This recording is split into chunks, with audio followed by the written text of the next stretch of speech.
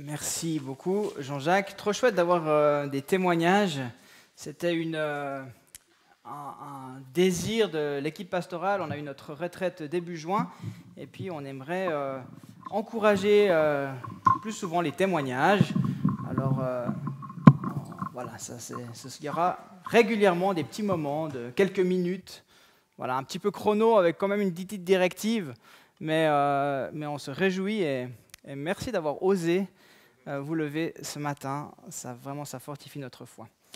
Alors, comme je l'ai dit, j'aimerais prendre un petit temps dans la parole, un petit peu différent, comme dans les camps, en fait. C'est-à-dire que on aura tout à l'heure un petit moment participatif. Alors, je sais que certains, ça va vous déranger, parce qu'on prendra un petit temps, il y aura quelques questions, on va se mettre en petits groupes. Et en fait, j'aimerais juste vous dire plusieurs choses. C'est que de un, vous ne serez pas seul au ciel. Hein. Donc, si vous n'arrivez pas à partager maintenant, ça va être compliqué. Donc, en fait, j'ai même écrit comme ça, je dis, il y a plusieurs buts à cela. Le premier but, c'est ma lutte contre le consumérisme spirituel. Première chose. Donc, souvent, on a l'habitude, on vient au culte et on consomme. On s'assied, on consomme. Donc, aujourd'hui, ce ne sera pas comme ça. Deuxième chose, c'est encourager la réflexion autour d'un texte biblique. Parce qu'aujourd'hui, lire la Bible est une difficulté. De moins en moins de personnes lisent la Bible ou prennent le temps de laisser la Bible un petit peu parler, raisonner. On n'essaie plus vraiment de chercher, même ce que la Bible dit, on prend un verset, puis il faut que ça nous parle tout de suite. Puis si ça ne nous parle pas, on passe à autre chose. Puis peut-être le verset du jour de demain sera un peu mieux. D'accord ? Donc ça vaut la peine de discuter un petit peu, de chercher ensemble dans la parole. Et puis, troisième but, c'est encourager les relations. Donc, comme je l'ai dit, vous ne serez pas seul au ciel. Et puis, on peut apprendre à vivre les relations ici, des vraies relations. Ici, c'est un cadre aussi sécure. On l'a vu pour le petit temps de témoignage. On désire s'aimer comme Christ nous a aimés. On choisit aussi de se faire grâce, de s'honorer, de se bénir, de s'encourager les uns les autres. Donc, c'est dans cette atmosphère-là qu'on va vivre des petits groupes. Et puis, si quelqu'un n'est pas à l'aise de partager, il est libre de ne pas partager. D'accord ? Mais on s'honore, on se respecte. Voilà, ça, c'est les buts d'aujourd'hui. Alors, avant cela, maintenant vous êtes... Non, ça va aller? Ça va? Oui, vous relevez le défi ce matin? Une fois ou deux dans l'année quand même, je suis sûr que vous êtes capable. Alors, lors du camp, le thème de notre camp, c'était la bénédiction. Et puis, on va continuer ce matin sur ce thème de la bénédiction. On a été encouragé dans ce camp à bénir avec notre langue. C'était l'étymologie latine du mot. Bénir, c'est dire du bien. Et puis, on a été encouragé aussi à cultiver la bénédiction dans nos familles. On a vu plusieurs points pour cela. Puis, on a été aussi encouragé à oser demander la bénédiction de Dieu. Trois choses. On a eu 3 temps vraiment dans ce camp. Et ce matin, j'aimerais prendre avec vous un texte dans l'Épître aux Éphésiens qui nous parle de nos bénédictions spirituelles. Donc, je vous resitue un petit peu le contexte. C'est Paul qui a écrit cette lettre depuis Rome, où il était en prison. Il connaît très bien l'église d'Éphèse, vu qu'il y a enseigné pendant 3 ans. Et puis, si on regarde l'entier de l'Épître, il est question de nouveauté. Il y a un peu la nouveauté de la vie en Christ. Il y a la nouvelle communauté que nous formons en Christ, juifs et non-juifs, un thème que Paul aime beaucoup. Et puis, il y a les nouvelles normes qui sont reliées à cette communauté, cette nouvelle communauté, et des questions de relations, entre autres familiales, mari-femme, parents-enfants. Et puis, à la fin, vous vous souvenez, il y a cette lutte, les armes pour vaincre l'ennemi. Donc, notre relation aussi, finalement, avec notre ennemi. Et puis notre passage ici, il est au tout début, on va lire les versets 3 à 14 du chapitre 1, donc c'est les questions de cette nouvelle vie que Dieu nous donne en Christ.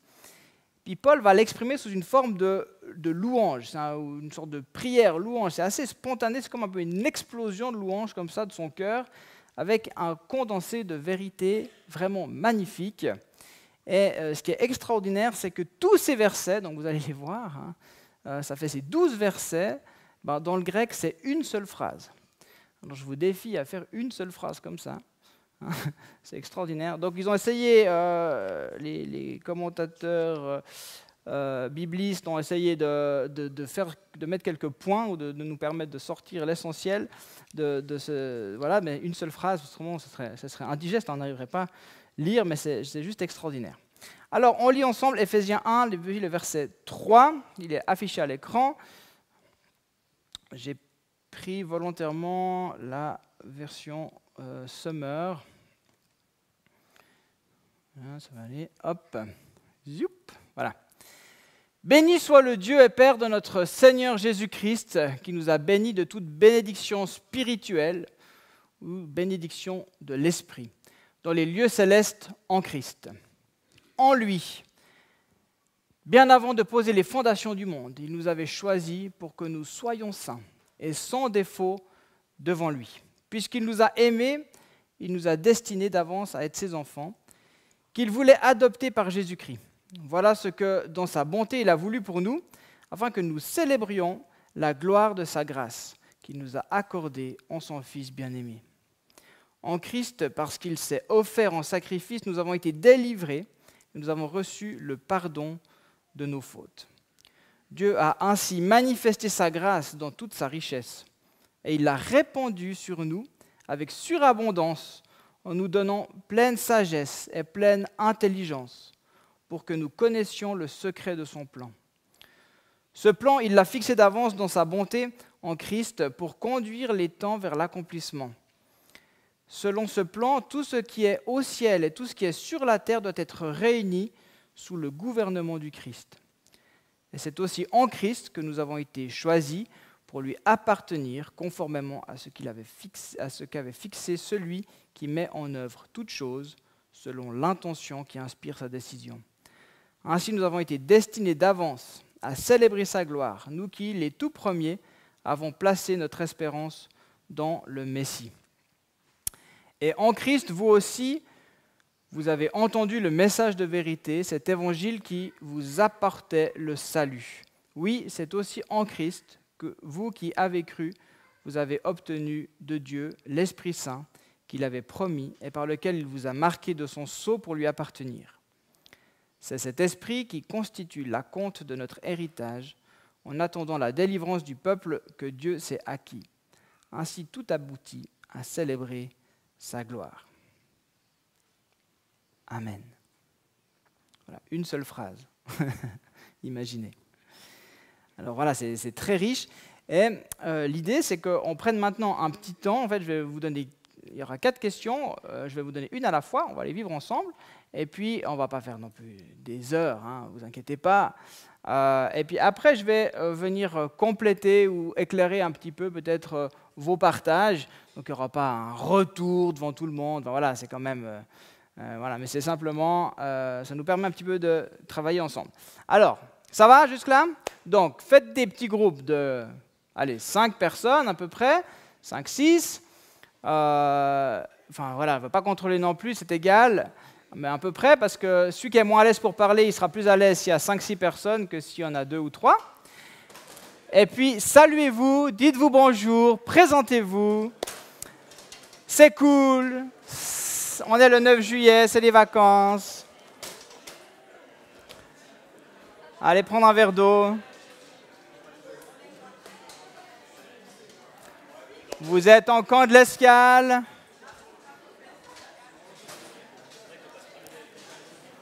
À 11h30, il y a l'apéro, après il y a la piscine, on se détend.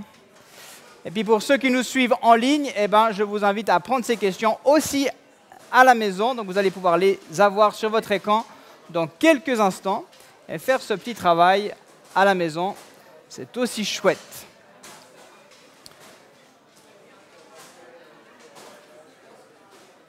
Voilà, les groupes se forment. Déplacer les chaises, ce n'est pas un problème, vous inquiétez pas.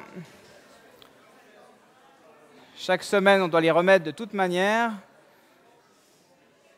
Il y a une ligne là-bas. C'est bon. Ok, alors je vois qu'il y en a qui me regardent déjà, qui veulent travailler. C'est quoi la question? Alors la première question est la suivante. Quelles sont les bénédictions spirituelles évoquées dans le texte? Il est question de bénédictions spirituelles. Et puis, elles sont déjà explicitées en fait dans ce texte. Donc, essayez de relever quelles sont ces bénédictions dont Paul parle.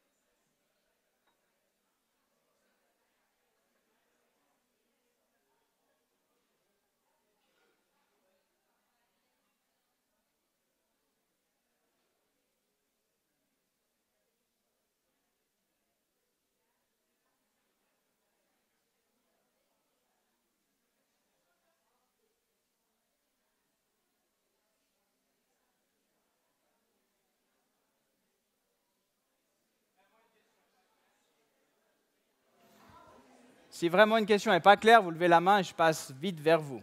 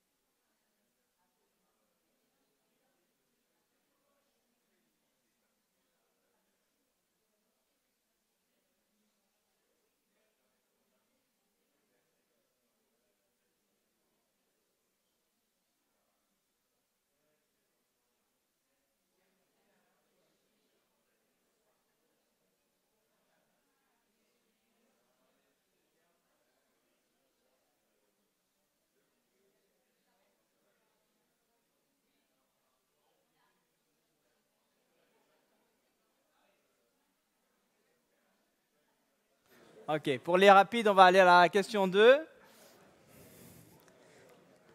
Sachant que beaucoup ont dû relire le texte, alors ça prenait un peu de temps. Deuxième question, le Père est la source de ses bénédictions. Ça, c'est une affirmation. Quelles sont les actions du Père dans ce texte?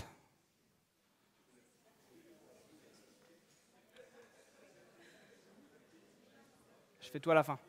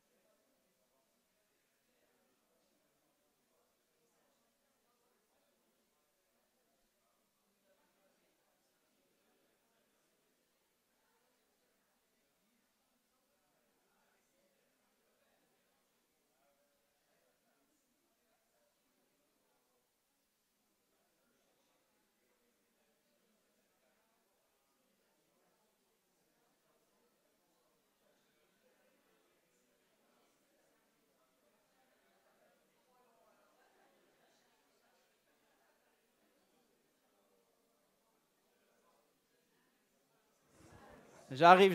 La question 3. Vous me voyez venir probablement. Au travers de qui ces bénédictions nous sont manifestées? Donc, vous voyez, je pense que jusque-là, vous avez compris un peu quelles étaient ces bénédictions. Ensuite, on a vu que le Père, en fait, il est le sujet. C'est en lui, c'est lui qui nous a choisis, c'est lui qui nous a aimés, ça c'est il, c'est Dieu le Père. Puis après, par qui elles sont manifestées? Quelques expressions dans ces versets. Ça doit être assez vite fait, ça. Franchement.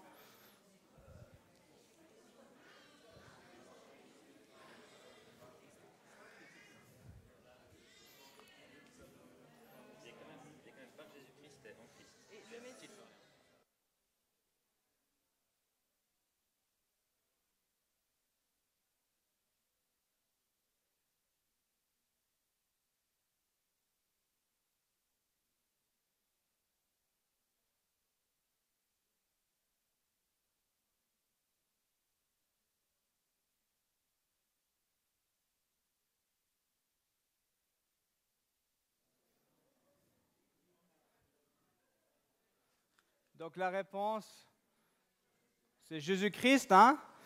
Donc il y a toujours ce parallèle-là. C'est lui qui a choisi, mais c'est toujours en Christ, par Christ, dans le Christ, en Jésus-Christ, dans le Messie. Ok? C'est toutes ces expressions-là. C'est la dernière question. Que comprenez-vous du plan de Dieu dans ce passage?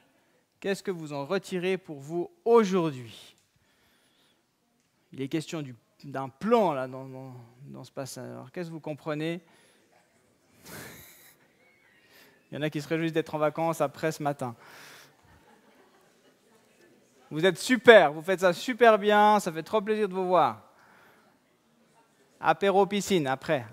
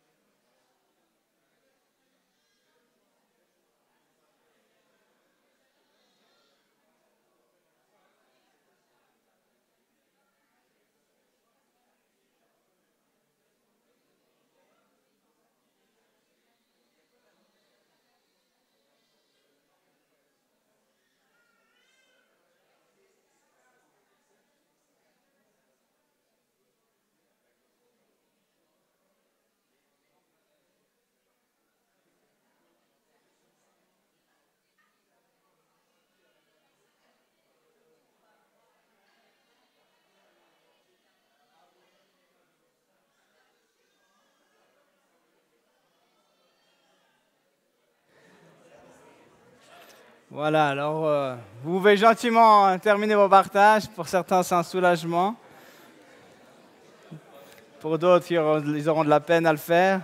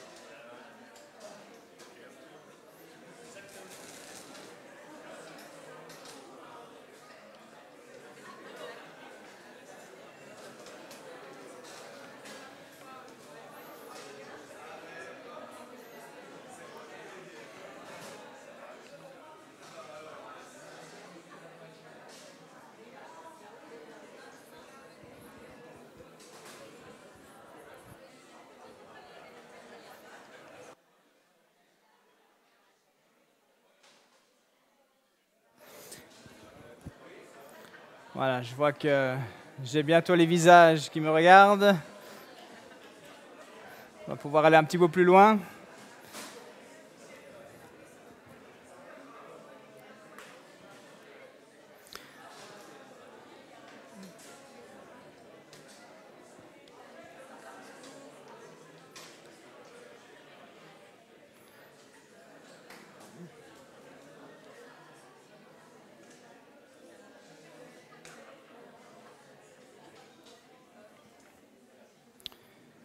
Donc peut-être certains se sont racontés leurs vacances, mais c'est très bien aussi, ça fait partie des relations. Mais j'aimerais, vous pouvez vous applaudir parce que vous avez bien géré là, merci.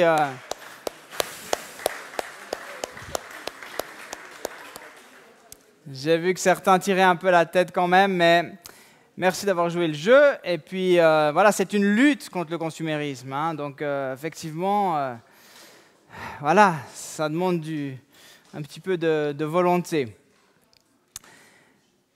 Du coup, est-ce que vous avez réussi à retirer quelque chose de ce texte, déjà? Bien sûr, hein, c'est quand même riche. Voilà, bah c'est déjà une bonne chose que vous ayez réussi à retirer quelque chose. Vous ne partez pas sans rien. Hein, la parole est pleine de ressources. Alors, moi, je voulais juste voir trois choses, en fait, avec vous. C'est la première chose que j'ai essayé de vous montrer, hein, c'est une bénédiction ou des bénédictions dans ce texte trinitaire. Donc c'est des bénédictions spirituelles. Le terme, on a vu dans le texte, peut être aussi traduit par bénédiction de l'esprit. Et puis c'était donc intéressant de réaliser que c'est le Père qui est à la source de la bénédiction. Puis le Fils est celui qui nous permet de recevoir cette bénédiction. Donc c'est vraiment en Christ, mais c'est Dieu le Père qui est la source. Et Christ est lui-même en fait quelque part la bénédiction. Donc c'est vraiment au travers de notre union à Christ qu'on peut recevoir la bénédiction du Père.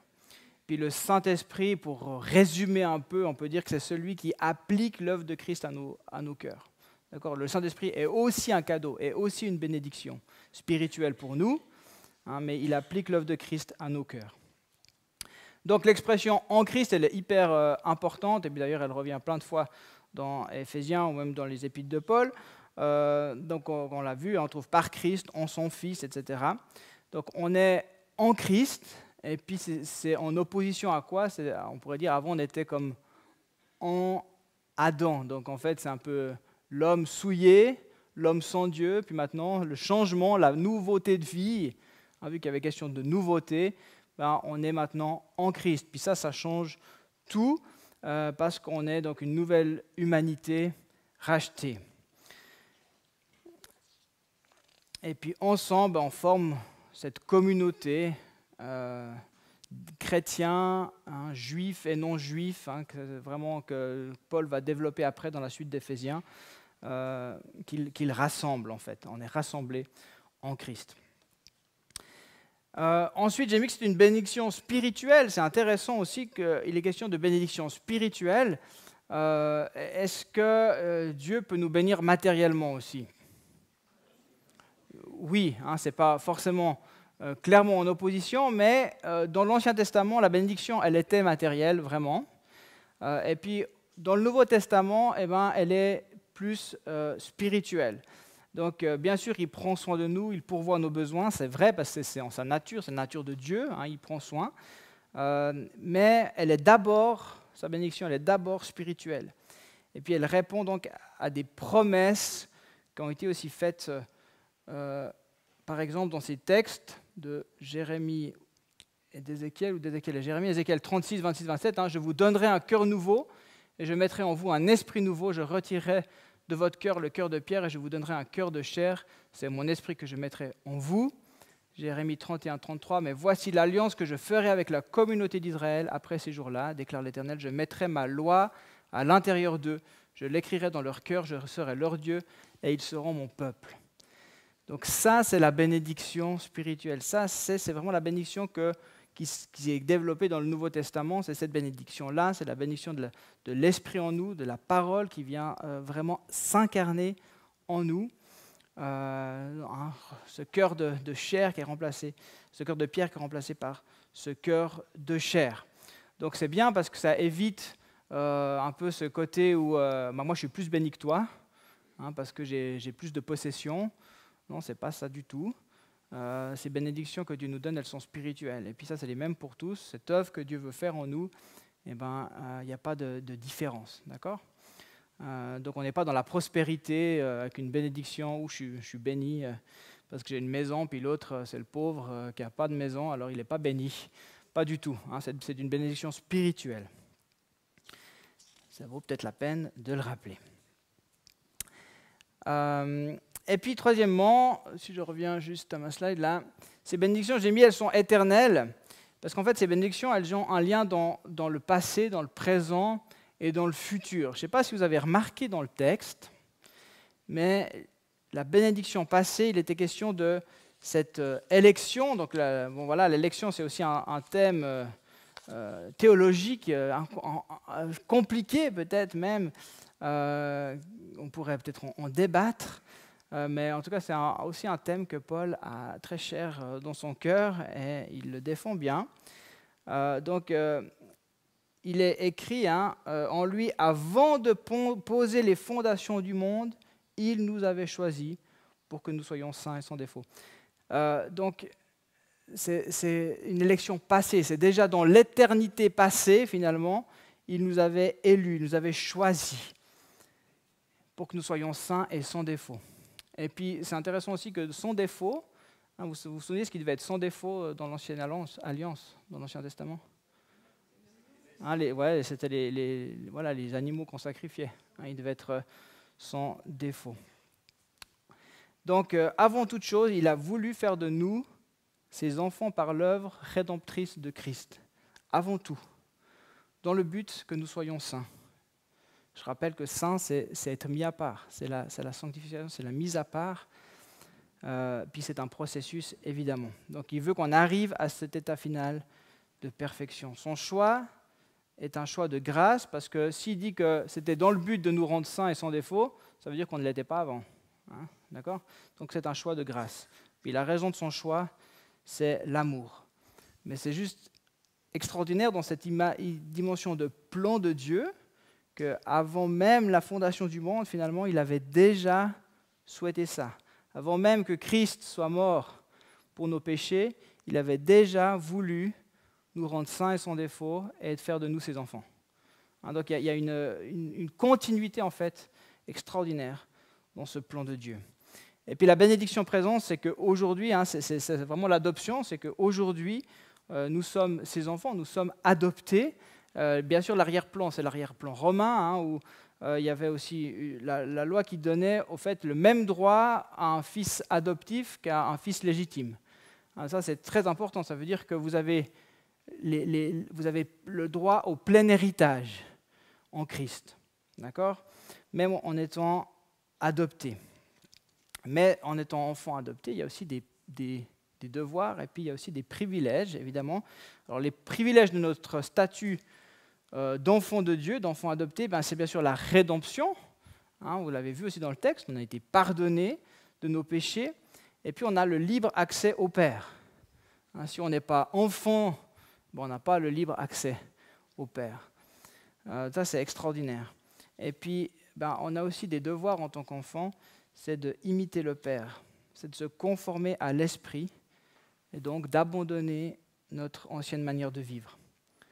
Donc c'est comme maintenant, on est enfant de Dieu et on vit sous le regard de Dieu. Et puis on cherche aussi à lui plaire.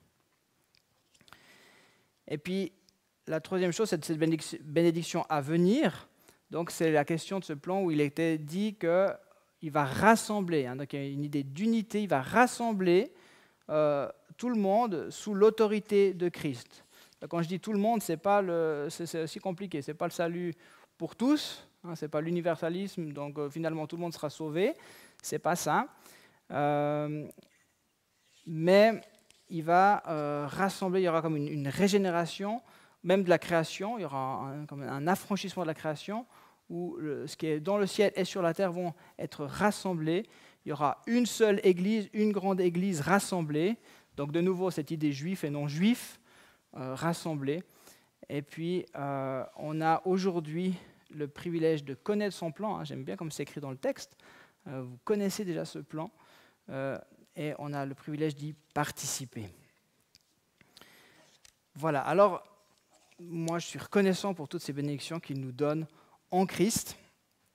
Et puis finalement, eh bien, on peut nous réjouir du fait que Dieu nous ait choisis, première chose, nous formons son peuple dans la continuité spirituelle avec Israël. Donc, il y a une continuité, il n'y a pas une discontinuité, c'est vraiment une continuité. Il nous a choisis, il t'a choisi.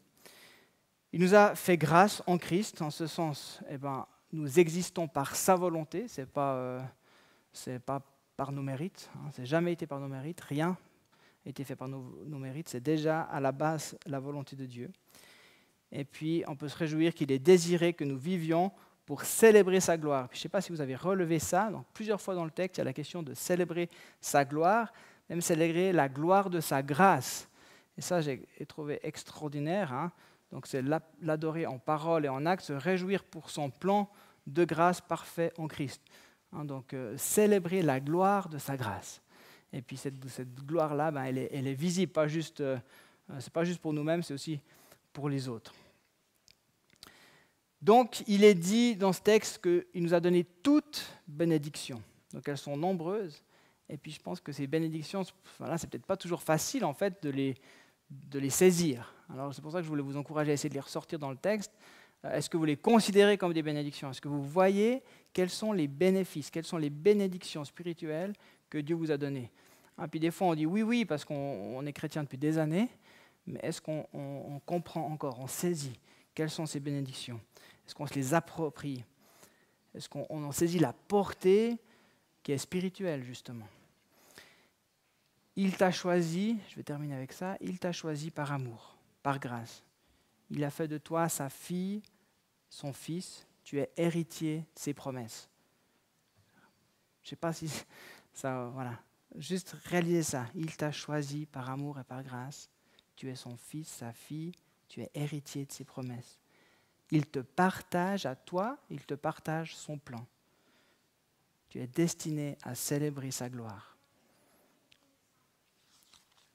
Je vous invite à la prière. Père, merci pour tes bénédictions spirituelles. C'est vrai, on a tendance à voir les bénédictions matérielles ou à attendre de toi beaucoup de bénédictions matérielles. On aimerait plus, on aimerait ceci, on aimerait cela. On a l'impression de jamais avoir assez. Alors que toi, tu désires ce matin frapper notre cœur. Tu désires nous montrer, nous révéler ces bénédictions spirituelles que tu nous as données en Christ. Et Seigneur, même si c'était peut-être différent ce matin, ce n'était pas du pré-mâché, Seigneur, je prie que chacun puisse saisir, recevoir cette part de révélation, saisir comme un cadeau venant de toi le fait d'être choisi, d'être désiré, d'être adopté, d'être vraiment enfant de la promesse, héritier de la promesse. Seigneur, merci parce que tu nous rends participatifs à ton plan souverain. Et Seigneur, nous voulons te servir pour ta gloire. Nous voulons célébrer ta gloire. Nous voulons entrer dans ce chemin aussi de sanctification que tu nous permets par Christ. Oui, viens encourager chacun ce matin. Seigneur, viens renouveler aussi la faim et la soif de toi, ce désir d'être plongé aussi dans ta parole. Que ce ne soit pas lourd, que ce ne soit pas un fardeau, que ce ne soit pas compliqué. Tu nous donnes ton esprit qui nous éclaire. Seigneur, viens, nourris-nous de ta parole jour après jour. Et bénis cette communauté que nous formons, cette communauté qui désire te réjouir. On te remercie pour ton œuvre au milieu de nous. Dans le nom de Jésus. Amen. Amen. Une fois encore, merci pour votre participation.